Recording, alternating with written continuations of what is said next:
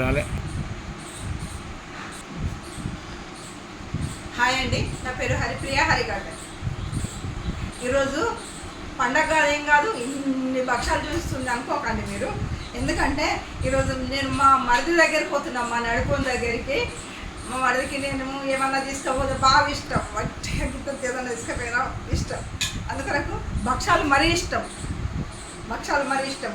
మారుబిడ్డ ఉంటుంది అక్కడ, మరుదులు ఇద్దరు ఉంటారు. అందుకొరకని చేసుకున్నా. కొన్నవి తీసుకుపోవద్దు కదా, నేను మీకు అందరికీ తెలుసు నేను కొన్నవి తీసుకుపోనని. అందుకొరకనే ఇగో భక్షాలు చేసిన ఇంతసేపు. అరే చేతో చూసినరా. అయితే కొన్ని అరిసెలు కూడా చేసిన మొన్న. కొన్ని అరిసెలు కూడా చేసిన. అరిసెలు చేసి మా పిల్లగాళ్ళకి పంపిన. ఇవాళ మా అత్త పిల్లగాళ్ళకు కొంటపోతున్నా, మా పెద్ద పిల్లగాళ్ళకి ఇవాళ కొంటపోతున్నా. మొన్న మా చిన్న పిల్లగాళ్ళకు నేను ఇవన్నీ వేసి పంపించిన.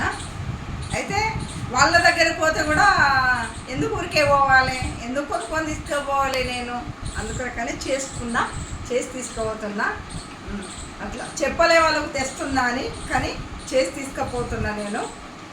అయితే మీరు కూడా ఎవ్వరన్నా కష్టమవుతుంది అదవుతుంది అనుకోకండి. ఏంటంటే మనము చిన్న ఘోరంతో చేస్తేనే కొండంత సంతోషం వస్తుందండి. కొంచెం చేసుకుంటేనే బాగా సంతోషం వస్తుంది. అందుకనే కానీ సంతోషం వస్తుంది, మనకు సంతోషం.